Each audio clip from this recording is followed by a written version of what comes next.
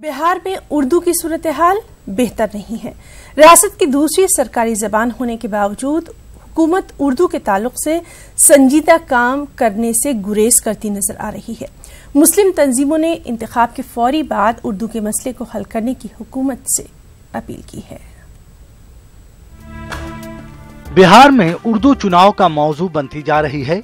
मुसलमानों की मसीहाई का दावा करने वाले लोग उर्दू की तरक्की की बात करते हैं, लेकिन इंतखाबात के बाद मसला बना रह जाता है।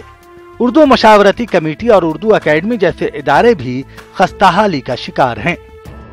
हम उम्मीद करते हैं कि सरकार इलेक्शन के फौरन बाद उर्दू मशावरती बोर्ड की तश्कील करेगी और उर्दू अकेडमी की भी तश्कील कर देगी। इससे उर्दू दान तबके में जो बेचैनी है वो बेचैनी भी दूर होगी और उर्दू का सही काम होगा।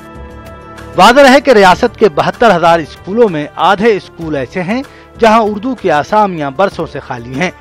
हुकूमत की संजीदगी का आलम यह है कि वो उर्दू नवाजी का दावा तो करती है, लेकिन उर्दू के मसले को हल करने में दिलचस्पी नहीं रखती। आधे स्कूलों में भी उर्दू टीचर नहीं है और उसकी वजह से बच्चों की तालीम बहुत मुतासिर हो रही है और ये बच्चों के साथ इंसाफ नहीं हो रहा है। इसलिए इलेक्शन की